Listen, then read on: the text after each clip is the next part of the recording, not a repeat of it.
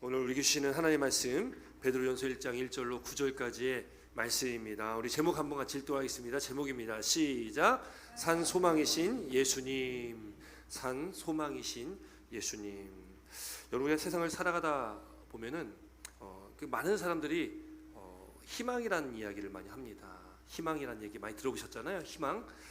제 기억으로는 제가 초등학교 때, 저는 이제 국민학교 세대 사람인데 초등학교 때 또 중학교 때 이게 학교에서 이렇게 생활 기록부라고 하는 이게 우리 신상을 정보를 기록하고 또 성적도 기록하고 이런 종이가 있었습니다. 기억하실 거예요. 한국에서 학교 다니신 분들은 기억하실 것 같은데 거기 보면은 항상 있는 그 란이 있어요. 거기 뭐라고 되어 있냐면 장래 희망. 그렇잖아요. 장래 희망이라는 게 있습니다. 여러분 어떤 걸 적어 보셨나요? 저도 좋다라는 건 다 적어봤습니다. 근데 결국 그 좋다라는 건 안 되더라고요. 안 되고 목사가 됐습니다. 근데 전 목사 된 게 너무나 감사합니다. 목사가 됐으면 좀 막 살았을 것 같아요. 저는. 그래도 이제 하나님께서 붙잡아 주셔서 하나님의 내 가운데 주의 종으로서 이렇게 목회를 할 수 있다는 것이 얼마나 감사한지 모르겠습니다. 그 장래 희망을 적습니다. 이 세상에서는 희망이라는 것을 많이 이야기해요.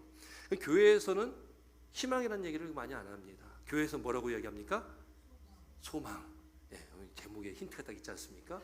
교회는 소망을 얘기해요. 그럼 세상에서는 소망이라고 얘기합니까? 안 합니까? 하긴 하겠지만 잘하진 않아요.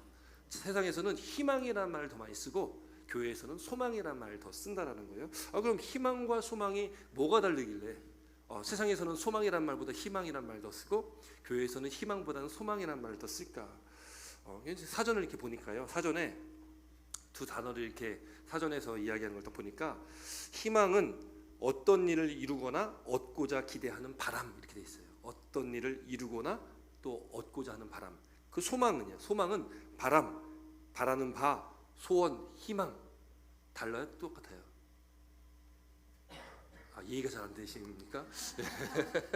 예, 희망이나 소망이나 정의는 똑같아요. 사전적 의미는 똑같습니다. 똑같은 단어를 쓰는데 세상에서는 소망이라는 단어를 그렇게 쓰지 않아요. 그럼 왜 교회에서는 기독교는 왜 소망이라는 단어를 이렇게 고집할까? 여러분 소망이라는 단어 우리가 소망이라는 단어를 생각할 때에 교회 안 다니시는 분들도 잘 아는 구절이 있습니다. 고린도전서 13장 13절 보면은 여기 뭐라고 돼 있냐면은 그런즉 믿음과 소망과 사랑은 이 세 가지는 항상 있을 것인데 그 중에 제일은 뭐라고요? 사랑이다. 요거 교회 안에 있는 사람들도 아는 말씀이잖아요. 그러니까 이 소망은요. 믿음과 사랑과 더불어서 우리 그리스도인 예수를 믿는 저와 여러분들에게 너무나 중요한 거라는 거예요. 너무나 중요하다. 이제 요즘에 이 성경이 인터넷에 다 이렇게 올라 있다 보니까 제가 찾고자 하는 어떤 단어를 치면은 그 단어가 나오는 구절들이 쫙 나오는 그런 좋은 시대에 우리 살아가고 있습니다. 제가 희망이라는 단어를 성경에서 이렇게 한번 찾아봤어요. 희망이라는 단어를 딱 치니까 구절이 쫙 나오는데 전체 다 해서 22구절이 나와요. 성경 66권 중에. 그 중에 욥의 고난 있잖아요. 욥의 고난의 그 말씀 욥기에 15번 정도 나오고요. 잠언에 3번. 그리고 사도행전, 이사야, 역대상, 예레미야에 한 번씩 나와요. 그 22번 중에 많은 부분이 욥기에 나오고 그리고 나머지는 그렇게 많이 나오지 않습니다. 근데 그 22구절의 구절을 쭉 보니까 사도행전과 예레미야의 말씀 빼고서는 조금 이게 의미가 부정적이라고 보긴 좀 그렇지만 약간 이제 부정적인 의미랑 좀 가까운 의미로 희망이라는 단어를 써요. 그래서 오늘 이제 희망이라는 단어 이 의미를 우리가 볼 때에 성경에서 희망보다는 소망이라는 말을 더 쓰는 이유가 있습니다. 그래서 희망과 소망 두 단어를 이 성경을 기준으로 해가지고 이 정의를 내려보면 이렇다라는 거예요. 제가 한번 말씀드려볼 테니까 한번 들어보시기 바랍니다. 성경을 기준으로 한 거예요. 사전적 의미는 똑같습니다. 희망이나 소망이나 성경을 기준해서 희망은 막연한 인간의 바람이다. 막연한 인간의 바람이라는 거예요. 제가 22구절 찾았다고 했지 않습니까? 2구절 빼놓고서 나머지는 그런 의미예요. 막연한 인간의 그 바람을 가지고 있는 말씀드렸습니다. 그 소망은 확실한 약속을 근거한 바람이에요. 소망은. 자, 또 희망은요. 인간의 자의로 가지는 바람이에요. 내가 갖고 싶어하는 어떤 것을 소망하는 그런 바람이라는 거예요. 소망은 하나님께로부터 주어지는 바람입니다. 다르죠. 또 희망은 비슷한 의미일 수도 있어요. 하나님의 세계를 보지 못하는 인간이 마음대로 갖는 바람. 앞에 거랑 비슷할 수 있습니다. 하나님의 세계를 보지 못하는 인간, 그러니까 하나님을 믿지 않는 사람들이 자기 마음대로 갖는 바람이 희망이라면, 소망은 믿음의 눈을 가진 자, 즉 예수 그리스도를 믿는 자가 신령한 세계, 그 영적 세계를 보고 그 완성을 향해 가지는 바람이다 라는 겁니다. 희망과 소망의 사전적 의미는 같지만 성경을 기준으로 해서 우리가 희망과 소망은 그렇게 다른 의미를 가질 수가 있다는 겁니다. 여러분, 그래서 결론적으로 말씀드리면 희망은 주체가 누구예요? 주체가 사람입니다. 다시 말해서 내가 희망의 주체예요. 여러분 혹시 기억나시는지 모르겠어요. 그 80년도 후반에 희망상이라는 노래가 있었습니다. 기억나시는 분 계십니까? 그 변진섭이라는 분이 부르는 노래인데, 청바지가 잘 어울리는 여자, 이거 기억나세요? 끄떡끄떡 하시는 분들은 저랑 비슷한 시대 분들인 것 같은, 어떤 희망이라는 것은 굉장히 개인적인 겁니다. 인간이 그 주체라는 거예요. 그래서 소망의 주체는 하나님이시다. 소망의 근원도 하나님이시다. 여러분, 그래서 우리는 희망이 아니라 소망을 그래서 얘기하는 겁니다. 하나님 안에 살아가고 있는 저와 여러분들에게는 무엇이 필요합니까? 소망이 필요하다. 여러분, 우리가 자주 인용하는 분이 계세요. C.S. 루이스라는 분이 계십니다. 이 C.S. 루이스는 영국 분이신데요, 뭐 시인이기도 하고 수필가기도 하고 뭐 비평가기도 하고 영문학자이기도 하고요, 아주 뛰어나신 분입니다. 이 C.S. 루이스가 그 판타지 소설을 7편을 이렇게 썼는데, 그게 이제 우리가 잘 아는 영화로도 만들어진 나니아 연대기. 나니아 연대기가 이제 이분이 쓴 책이에요. 그걸 영화로 만들었죠. 그리고 그때 영국의 옥스퍼드 대학교에서 함께 문학을 공부했던 분 중에 한 분이 있는데, 그분이 이름이 톨킨이란 분이에요. 이분이 나니아 연대기를 보고 영향을 받아가지고 기록한 책, 그게 너무나 유명한 또 반지의 제왕이라는 책입니다. 그 영향을 받았다는 거예요. 이 C.S. 루이스가요, 이 소망에 대해서 이렇게 이야기를 했는데, 제가 한번 읽어드릴 테니까 잘 들어보시기 바랍니다. 인간의 내면에, 우리 내면에는 이 세상의 어떤 대상이나 경험으로도 충족할 수 없는 깊은 갈망을 가지고 있다. 이 갈망이라는 것은 간절히 사모하는 것, 간절히 바라는 것, 간절히 소망하는 것이 갈망입니다. 근데 우리 내면에는 그 어떤 것으로도 충족될 수 없는 갈망이 있다는 거예요. 근데 이 갈망을 통해서, 이 갈망으로 그 원천이자 목표인 하나님을 나타내는 표지다라고 이야기를 하는 거예요. 이게 좀 쉽게 얘기해서 뭐냐면, 우리가 갈망한다는 것은, 그 갈망한다는 것은 하나님이 계시다라는 것을 나타낸다라는 거예요. 그러니까 우리는, 파스칼도 그런 얘기를 했는데, 하나님으로 채울 수 없는 우리 안에 내면에 어떤 빈 공간을 만들었다고 파스칼은 얘기했거든요. 파스칼이 이야기하는 그 빈 공간에는 세상에 어떤 것으로도 채울 수가 없는 거예요. 그거는 하나님으로만 채울 수 있게끔 우리에게 그 빈 공간을 만드셨다라고 파스칼이 얘기했고, 그거 똑같은 의미인 것 같아요. 똑같은 의미로 C.S. 루이스도 이 세상의 어떤 경험이나 우리가 누리는 어떤 것으로도 채울 수 없는 그 갈망이 있는데, 그 갈망은 하나님으로만 채워질 수 있다라는 거예요. 그래서 그가 또 얘기하기를, 세상에 속한 사람들, 세속주의의 세계관을 가지고 세상에 속한 사람들, 다른 말로 얘기하면 하나님을 믿지 않는 사람들, 하나님을 믿지 않는 사람들은 그 갈망을 인식하지 못한다라는 거예요. 그게 가려진다라는 거예요. 인지하지 못한다. 그래서 그리스도인이라면, 예수님을 믿는 저와 여러분들이라면 이 갈망, 즉 천국을 소망해야 한다, 이렇게 이야기를 하는 겁니다. 우리에게 갈망이 있어야 된다는 거예요. 어떤 갈망입니까? 세상을 향한 갈망이 아니에요. 나에게 뭐가 필요한데, 세상에서 나를 이거 좀, 세상에서 내가 더 받았으면 좋겠는데, 얻었으면 좋겠는데, 그게 아니라 우리에게 필요한 갈망은 바로 천국을 소망하는 것입니다. 바로 하나님을 바라보는 그 갈망이 우리에게 필요하다라고 이야기를 했다라는 거예요. 단순히요, 이 소망은 그저 천국에 간다라는 것이 또 그것이 전부가 또 아니죠. 여러분이 천국이라는 것, 말씀 가운데 많이 말씀 나눴지만, 천국은 여러분, 우리가 장차 죽어서 가는 것도 천국이지만, 이미 천국이 어디에 있어요? 어디에 임해 있습니까? 내 안에 임했다. 내 안에 임했다. 장차 우리가 천국에 갑니다. 죽으면 천국이나 지옥이나 둘 중에 하나 갑니다. 우리는 예수님 믿기 때문에, 구원받았기 때문에 우리는 천국에 갈 거예요. 그러나 이 땅에 예수님이 오시고 예수님의 공생의 사역 가운데 첫 번째로 하신 말씀, 뭐 사도 세례 요한도 미리 얘기했지만, 회개하라, 천국이 가까웠느니라. 그 천국은 여기 있다 저기 있다 할 것이 아니요, 너희 안에 있다. 너희 안에 있다. 천국이 이미 임했다라는 거예요. 왜요? 천국은, 하나님 나라는 장소의 개념이 아니라 무슨 개념이라고요? 임재의 개념이에요. 이거 꼭 기억하셔야 됩니다. 아주 중요한 진리고요. 이거 꼭 믿으셔야 됩니다. 하나님의 나라는 장소의 개념이 아니라 하나님의 임재의 개념입니다. 지난주 설교도 말씀 나눴던 것 같아요. 우리가 거룩한 성전 될 수 있는 것은 왜 성전 됩니까? 하나님이 우리와 함께 하시기 때문에, 우리 안에 하나님께서 거하시기 때문에, 그래서 우리가 거룩한 성전이지, 그렇지 않고서는 우리가 거룩한 성전이 될 수가 없다라는 거예요. 그래서 우리는 그걸 소망하는 겁니다. 그 하나님 나라 장차 들어갈 천국을 소망하고, 이 땅 가운데서도 우리가 우리 안에 임한 하나님 나라를 소망하면서 이미 우리 안에 임하였지만 아직 완성되지 않은 그 완성은 주님이 이 땅에 다시 오실 때가 완성이고요. 또 우리가 주님 앞에 갈 때, 하나님 앞에 갈 때, 그때 그 완성된 하나님 나라를 우리가 보겠죠.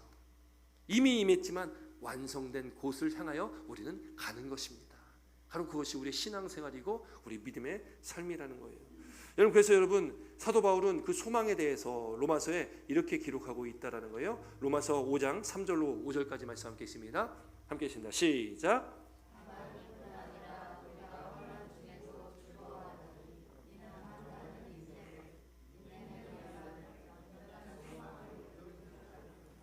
소망이 우리를 부끄럽게 하지 아니함은 우리에게 주신 성령으로 말미암아 하나님의 사랑이 우리 마음에 부은 바 되미니. 아멘. 여러분, 우리가 소망이 우리 안에 있습니다. 믿음과 소망과 사랑은 함께 있는 거예요. 우리가 예수를 믿으면 여러분, 우리 안에 믿음이 있고 소망이 있고 사랑이 있습니다. 그것이 있다면 여기 보니까 환난 중에도 즐거워하나니 환난은 인내를, 인내는 연단은 소망을 이룬다. 그리고 그 소망은 바로 우리 안에 계신 성령으로 말미암아서 하나님의 사랑이 우리 가운데 부어졌다. 그걸 깨닫게 되어진다는 거예요. 여러분, 그럼 우리 안에 소망이 있음을 믿으시기 바랍니다. 그 소망은 세상을 향한 소망이 아니라 소망의 주체는 누구라고요? 하나님이신 거예요. 하나님께로부터 온 소망이 우리 가운데 있다. 우리는 곧 그 하나님을 바라봐야 되는 겁니다. 우리가 여기 주보에 보면 외울 말씀에 오늘 로마서 15장 13절 말씀이 기록되는데 여기 PPT에도 나올 거예요. 함께 같이 있습니다. 로마서 15장 13절이에요. 함께 있습니다. 시작.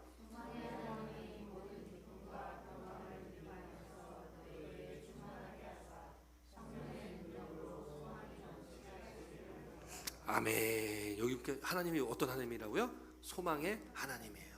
여러분, 산 소망 되신 주님이요, 우리 가운데 함께 하시는 거예요. 그 하나님 우리 가운데 함께 하시니까 우리가 어떻게 충만하게 하십니까? 기쁨과 평강을 믿음 안에서 우리에게 충만하게 하시는 겁니다. 우리가 그 소망의 하나님을 믿고 그 하나님에 살아가면 우리 안에 뭐가 있습니까? 기쁨과 평강이 있는 겁니다. 기쁨과 주님의 샬롬이 우리 가운데 임하게 됩니다. 그래서 우리가 우리 안에 정말 하나님 나라가 임한 사람은, 그 하나님 나라가 내 안에 임했음을 믿고 살아가는 사람은 이 안에 기쁨과 평안이 있습니다. 여러분께서 하나님 나라를 경험하십시오, 경험해야 됩니다, 이렇게 말씀드리는 것은 그 기쁨과 평안함을 경험해 보라고 말씀드리는 거예요. 저만 경험하는 것이 아니라 우리 모든 성도들이 함께 경험했으면 좋겠습니다. 물론 인생이 어떻게 맨날 기쁘고 어떻게 즐겁고 어떻게 행복할 수만 있겠습니까? 힘들고 어려운 일이 반드시 있겠죠. 그러나 여러분, 하나님 나라를 소유하고 살아가는 저 여러분들은 그 어려운 그 좌절과 낙심과 또 그런 험난한 그 아픔 가운데 그 삶의 어떤 여정 속에서도 하나님이 나와 함께 하심을 깨닫게 되어지고, 하나님께서 나와 함께 하심을 깨닫게 되어지면 우리 안에 이 세상에 줄 수 없는 기쁨과 평안이 우리 안에 임한다는 것을 믿으시길 바랍니다. 그 주님께서 주시는 기쁨과 평안함이거든요. 그걸 다 누리시길 주의 이름으로 축원드립니다. 여러분, 이 시간 우리 안에 있는 염려와 근심과 걱정과 불만, 불평, 어떤 부정적인 어떤 생각까지도 다 주님의 기쁨과 평안함으로 다 바뀌시는 놀라운 역사가 함께 하시길 주의 이름으로 축원드립니다. 믿음으로 고백하시길 주의 이름으로 축원드립니다. 여러분, 우리가 그런 믿음 가운데 살아간다는 거예요. 여러분, 오늘 본문의 말씀 베드로 전서 누가 썼겠습니까? 굉장히 쉬운 질문인데 이걸 모르시면 안 되는데, 이거 베드로 전서 여러분 누가 썼겠습니까? 굉장히 쉬운 질문이에요. 깜짝 놀랐습니다. 이거 대답 못 하셔가지고. 아시는데 대답 안 하셨을 거라 믿습니다. 베드로 전서니까 이 베드로가 쓴 거예요. 베드로 예수님의 수제자입니다. 예수님의 수제자잖아요. 물론 수제자였는데 3번 예수님을 부인했던 그런 제자이기도 합니다. 다시 예수님 만나주시고 그걸 회복시켜 주셔가지고 초대교회 목회자로 세운 분이잖아요. 뭐 천주교에서는 일대 교황이라고 하지 않았습니까? 베드로는 사도입니다. 사도 베드로. 베드로가 이 사도 베드로가요, 그의 말년 노년에 그가 로마에서 머물고 있었다는 기록들이 있어요. 그래서 로마에서 이 베드로 전서를 기록했다라고 합니다. 그렇게 추정하고 있어요. 또 교회 역사를 기록한 어떤 기록들을 보면은 이 베드로 사도가 마지막 노년을 로마에서 보내다가 AD 68년경에 우리가 잘 아는 로마의 황제 있잖아요. 로마 황제하면 다른 사람은 다 기억 안 나는데 한 사람 딱 기억나는 사람이 있어요. 누가 있습니까? 네로라는 사람이 있죠. 네로라는 사람. 그 네로 황제 때 순교를 당합니다. 순교를 당할 때 십자가에 못 박히거든요. 십자가에 못 박히는데 베드로가 그렇게 했다고 기록에 남았습니다. 내가 어떻게 예수님과 똑같이 십자가에 이렇게 못 박히겠습니까? 나를 거꾸로 매달아 주십시오 해가지고 그가 거꾸로 십자가에 매달려 죽었다고 기록하고 있죠. 베드로가 그렇게 순교를 당했습니다. 수년간 그가 로마에 있었습니다. 그런데 68년경에 순교당했는데 64년 AD 64년경에 로마에 엄청난 사건이 일어나게 됩니다. 어떤 일이 있었냐면 로마에 불이 나는데요. 로마에 대화재가 일어나는데 그때가 1964년 7월 18일, 19일 이틀간 화재가 납니다. 18일 날 밤에요. 기름 창고에서 우연히 불이 나가지고 그 불이 바람을 타고서요 번지는데 그 당시 가장 번화한 데가 로마거든요. 근데 로마가 구역이 14개 구역으로 나눠졌는데 그 14개 중에 10개 구역이 다 탔다는 거예요. 얼마 전에 하와이의 도시 하나가 다 불탔잖아요. 그게 바람이 부니까 이거 주체할 수 없던 거거든요. 로마도 마찬가지입니다. 불이 났는데 또 그 번화한 도시에 집도 따닥따닥 붙어 있는데 바람이 부니까 이걸 어떻게 주체할 수가 없는 거예요. 그래서 로마 대부분이 불이 타는 그런 대화재가 발생합니다. 그 로마 황제는 그 당시 휴가 중에 있었다고 합니다. 그래서 휴가지에 있다가 돌아와가지고 이제 그 불을 끄려고 수습하려고 애를 썼다라는 거죠. 근데 그럼에도 도시 하나가 불이 타니까요. 그 로마 시민들이 민심이 어떻겠습니까? 민심이 진정이 안 되는 거예요. 또 어떤 소문까지 번지냐면 로마 황제 네로가 그 불을 일으켰다라는 어떤 그런 유언비어가 막 돌기 시작했던 거예요. 그 당시 로마 네로 황제랑 그 당시 이제 권력을 쥐고 있던 사람들이 이걸 어떻게 해야 될까? 이 사태를 이거 어떻게 해야 될까? 이 흉흉한 민심을 어떻게 진정시켜야 될까? 머리를 싸매다가 생각했던 게 있어요. 그 당시 이제 막 신흥 종교로 일어났던 바로 예수 믿는 기독교인들, 예수 믿는 그리스도인들 그들에게 덮어 씌우자. 그래서 그 방화 사건의 주범을 그리스도인들로 주범을 만들어 버립니다. 그래서 이 로마 황제가 그때 엄청나게 많은 그리스도인들 예수 믿는 사람들을 잡아 죽이기 시작하는 거예요. 엄청난 핍박이 AD 64년경에 로마 시내에 있었습니다. 그때 어느 정도로 심했냐면 기록에 그렇게 기록되고 있어요. 거리에 밤에 불을 밝히는데요. 그 장대에 예수님 믿는 자들 잡아가지고 거기다가 불을 태워가지고 그 길을 밝혔다라는 기록까지 있을 정도예요. 그 믿는 자들이 많이 죽었습니다. 수많은 자들이 순교를 당했습니다.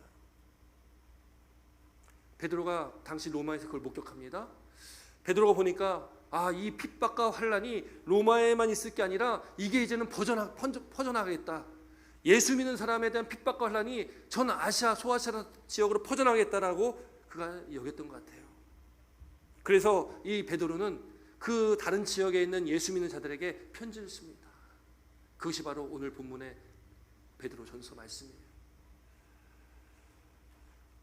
당시 이 편지를 받는 사람들, 사실 이 사도행전 2장에 보면 성령 강림 사건 이후에 많은 사람들이 예루살렘에서 성령의 강림 사건, 성령의 역사를 체험하고서 곳곳으로 돌아갑니다. 그래서 이미 많은 지역에 예수 믿는 사람들이 다 있었습니다. 그 많은 사람들에게 이제 곧 있을 핍박과 환란, 그 핍박과 환란을 어떻게 믿는 자들이 믿음으로 그걸 감당해야 되는지를 베드로는 그걸 기록하고 그 편지를 써서 보낸 것입니다. 여러분, 이미 예수 믿는 자들이 곳곳에서 불합리한 어떤 그런 처우를 받고 있습니다. 그 당시에 유대인들도 많이 있었고요. 또 예수를 믿지 않는 많은 신들을 믿는 황제를 숭배하는 많은 사람들이 있는 그 이방 지역에서 수많은 그리스도인들이 핍박을 받고 있거든요. 그 당시에 소아시아 지역에 길드라는 오늘날 협동조합, 그런 조합 같은 게 있는데 거기에 들어가야지만이 내가 경제활동할 수 있거든요. 근데 예수 믿는 사람들은 거기 들어가지 못하는 거예요. 왜냐하면 거기 들어가려면 조건이 이방 신전에 가가지고 제사를 드려야 되는 거예요. 근데 여러분, 우리가 믿는 신앙은 타협이 절대 없잖아요. 여러분, 교회가 세상으로부터 욕먹을 수밖에 없는데 왜 욕먹냐면 여러분, 우리는 타협이 없어서 그렇습니다. 다른 종교들은요 같이 어울려요. 천주교도 불교랑 잘 어울립니다. 교회만은 물론 이상한 목사님들이 저기 스님 모시고 막 그러는 목사님들 계시긴 하던데 교회만은요 다른 종교랑 타협이 없어요. 우리는 유일하신 하나님 한 분만을 섬깁니다. 오직 예수 그리스도만 섬깁니다. 그러니 우리는 다른 종교랑 타협이 없어요. 그러다 보니까 세상 사람들은 우리를 손가락질하는 거예요. 왜 너희만 유독 유별나게 그러냐? 너희들에게만 왜 구원이 있다고 얘기하냐? 세상은 그래서 교회를 손가락질할 수밖에 없는 겁니다. 교회는 그래서 핍박받을 수밖에 없는 게 교회예요. 그때 많은 사람들이요 예수 믿는 것으로 해서 핍박받고 경제활동도 제대로 못하니까 먹고 살기가 참 어려웠겠죠. 그런 어려운 상황 속에서도 예수를 믿는 믿음은 놓지 못하고 그 믿음 가운데 살았던 초대교회 사람들입니다. 근데 오늘 본문 1절 2절 말씀 보니까 거기 이렇게 기록하고 있습니다. 1절 2절 말씀 함께 있습니다. 본문 1절 2절 말씀입니다. 함께 있습니다. 시작.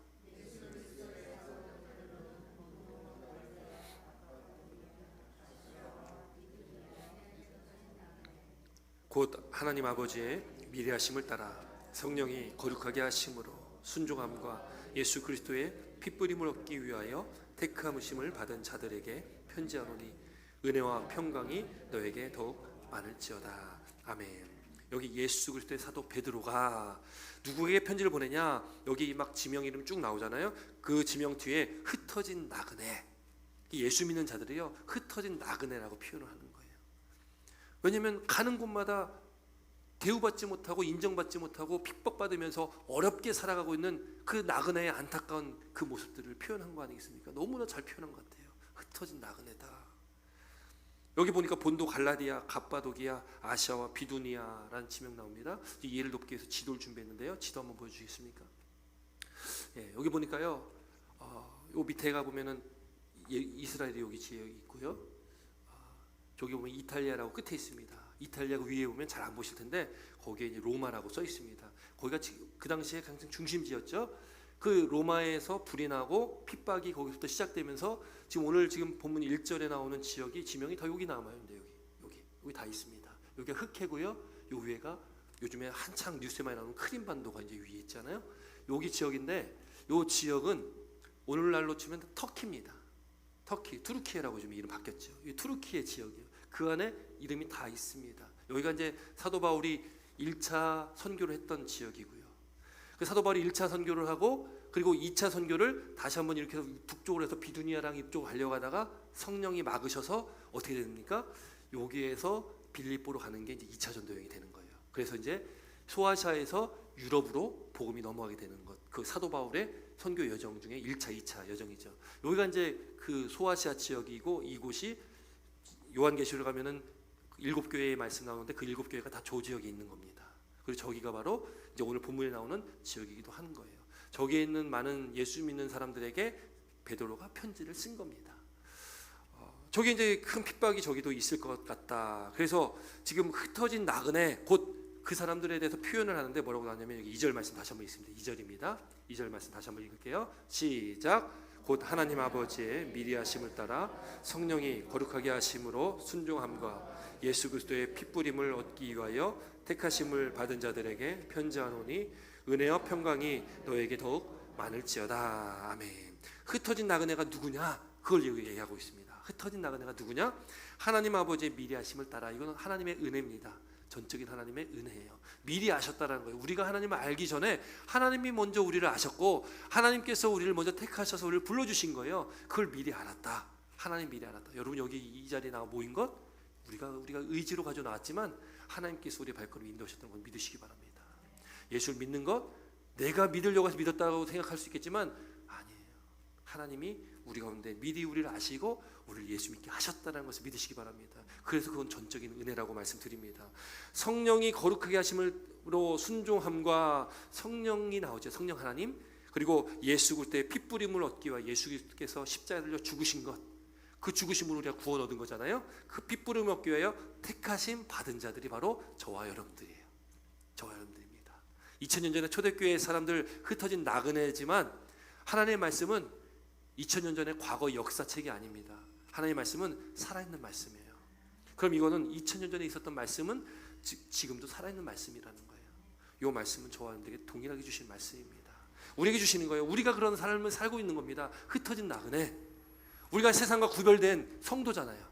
거룩한 무리들, 거룩한 백성들. 거룩이란 뜻은 구별되다. 구별되다.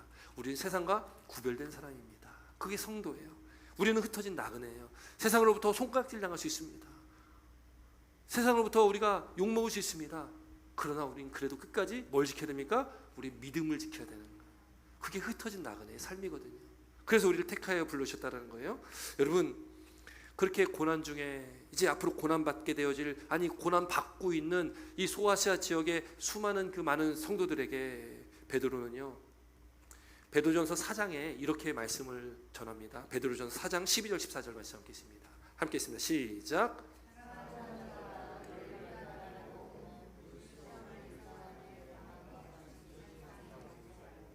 오히려 너희가 그리스도의 고난에 참여하는 것으로 즐거워하라. 이는 그의 영광을 나타내실 때에 너희로 즐거워하고 기뻐하게 하려 함이라. 너희가 그리스도 이름으로 치욕을 받아가면 복 있는 자로다. 영광의 영 곧 하나님의 영이 너희에 계심이라. 아멘. 여러분, 굉장히 중요한 말씀이고요. 이 말씀은 우리에게 해주시는 말씀이에요. 저와 여러분들이 붙들어야 될 말씀이기도 합니다. 여러분 잘 보세요. 12절 보니까 사랑하는 자들아 너희를 연단하려고 하는 불시험. 여러분, 이 시험은 쉬운 시험이 아니라는 거예요. 우리가 그냥 조금만 참자 이런 시험이 아니라는 거예요. 그 당시는요, 목숨을 걸고 예수를 믿어야 되는 시대잖아요. 목숨을 걸어야만 되는 그런 시험입니다. 그 불시험이라고 얘기하는 거예요. 근데 그 불시험을요, 이상한 일 당하는 것 같이 이상히 여기지 말라. 그건 무슨 말이에요? 당연한 것으로 여겨라라는 거예요. 당연한 것으로 여겨라. 여러분, 시험을 당연한 것으로 여긴다? 고난과 핍박과 환난을 당연한 것으로 여긴다? 여러분, 쉬운 일이 아니잖아요. 여러분, 여기 고난받기를 즐겨하실 분이 어디 있겠습니까? 여러분, 환난을 즐겨하실 분이 어디 있겠습니까? 저도 고난 싫고요, 환난도 싫습니다. 그냥 편안하게 살았으면 좋겠습니다. 안정되게 살았으면 좋겠습니다. 여러분, 다 우리 똑같은 마음이잖아요. 근데 여러분, 성경은요 자꾸 고난과 연단을 자꾸 말씀하고요, 복음은 고난이 함께 온다. 십자가 길은 자기를 부인하고 자기 십자가를 지고 가는 길이다.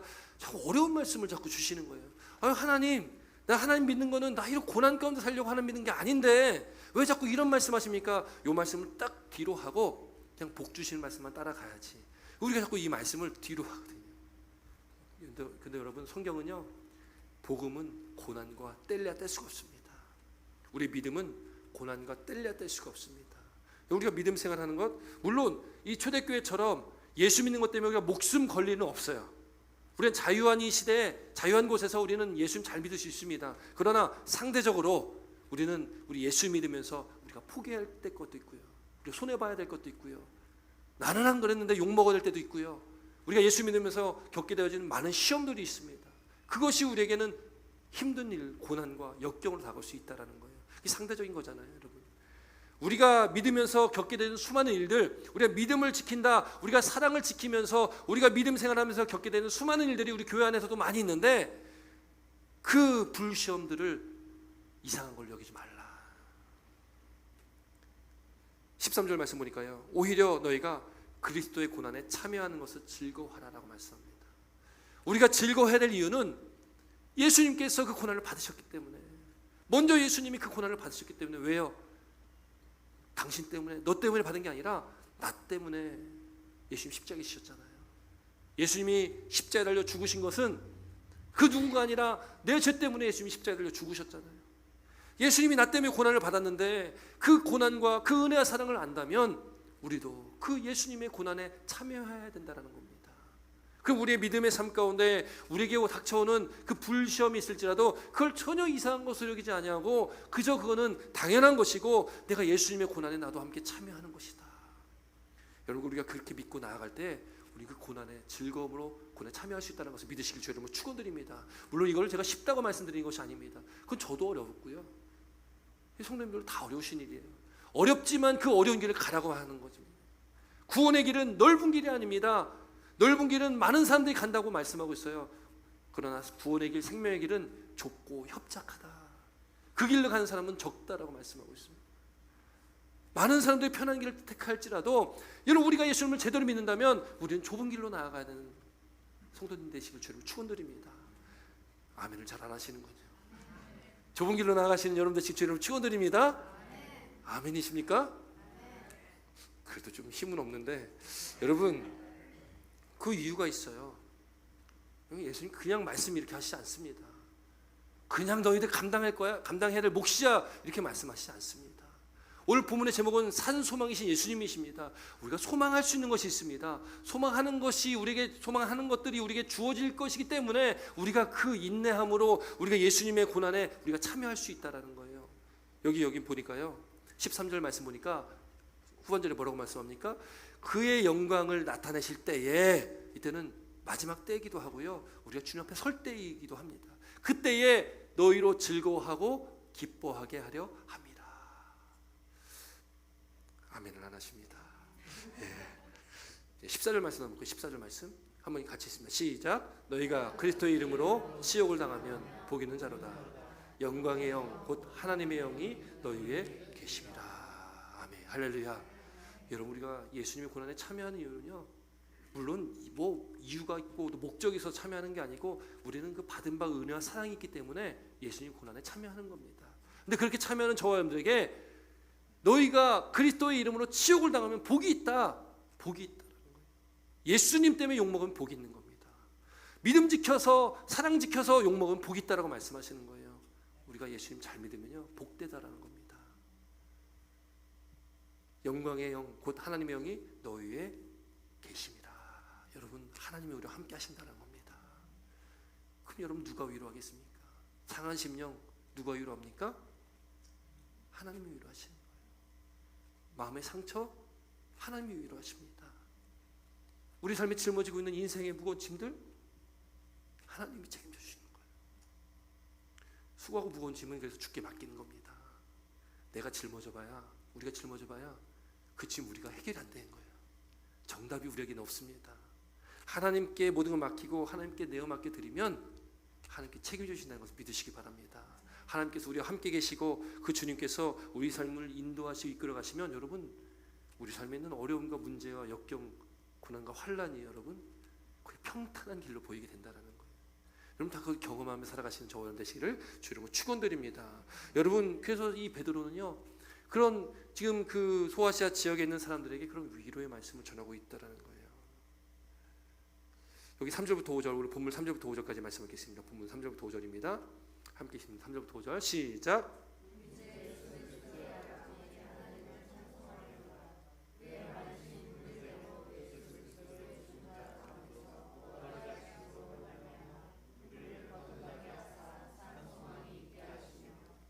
썩지 않고 더럽지 않고 쇠하지 않은 유업을 입게 하시나니 곧 너희를 위하여 하늘에 간직하신 것이라. 너희는 말세에 나타나기로 예비한 구원을 얻기 위하여 믿음으로 말미암아 하나님의 능력으로 보호하심을 바라느니라. 아멘. 여기 보면요 산 소망에 대한 말씀도 있고 4절 보니까 썩지 않고 더럽지 않고 쇠하지 않은 유업을 입게 하신다. 우리에게 상급을 주신다고 말씀합니다. 하늘의 상급이고요 장차 우리가 받을 상급이기도 하지만 우리가 이 땅을 살아가면서도 우리와 함께 하신 하나님께서 여기 5절 마지막 보니까 믿음으로 말미암아 하나님의 능력으로 보호하심을 받느니라. 할렐루야. 하나님께서 우리를 보호하신다고 말씀하십니다. 그게 이 땅의 복이 아니고 무엇이겠습니까? 하나님 백성 자녀 우리를 삼아주시고 우리를 보호해 주신다. 임마누엘 하나님 영원히 우리와 함께 하신 하나님이 저와 여러분들과 함께 하시고 보호하신다는데 여러분 그보다 더 큰 복이 어디 있겠습니까? 우리에게 그 복을 주시는 거예요. 그리고 장차 우리가 하나님 나라에서 복을 받는데요. 우리 마지막으로 우리 함께 읽는데요. 우리 6절부터 우리 말씀 한번 볼까요? 6절 말씀 함께 있습니다. 6절입니다. 시작. 그러므로 너희가 이제 여러 가지 시험으로 말미암아 잠깐 근심하게 되지 않을 수 없으나 오히려 크게 기뻐하노라. 7절. 너희 믿음의 확실함은 물로 연단하여도 없어질 금보다 더 귀하여 예수 그리스도께서 나타나실 때에 칭찬과 영광과 존귀를 얻게 하실 것이니라. 아멘. 뭐가 있다고 말씀합니까? 주님께서 우리에게 칭찬하여 주신다. 우리에게 영광 나타내 주시고 우리에게 존귀, 우리를 영광과 존귀를 우리에게 주신다고 말씀하고 있는 거예요. 여러분 우리가 소망하는 것은 산 소망 대신 예수님이신데 그 주님을 소망하며 우리가 갈망하며 나아간 저와의 인생길 가운데 여러분 우리가 이 믿음으로 우리 인생길 이 고난의 힘든 여정 가운데 우리가 믿음을 붙들고 승리하며 나아가면 주님께서 우리를 칭찬하시고 영광과 존귀를 얻게 하실 것이다 말씀합니다. 그러므로 말씀합니다. 너희가 이제 여러 가지 시험으로 말미암아 잠깐 근심하지만 오히려 크게 기뻐할 것이다. 여러분, 우리가 소망할 것은 바로 그것입니다. 여러분, 그것을 소망하며 나아가시는 저와 되시기 주님으로 축원드립니다. 우리가 소망할 뿐 오직 산 소망 대신 예수 그리스도이십니다. 그분만을 붙들고 그분만을 바라보시고 그분만을 갈망하셔서 또 이 한 주간의 삶 가운데 또 곧 감사절인데 우리가 감사와 기쁨이 넘치는 복된 믿음의 삶으로 나아가시는 저와 여러분 되시길 주님으로 축원드립니다. 기도드리겠습니다.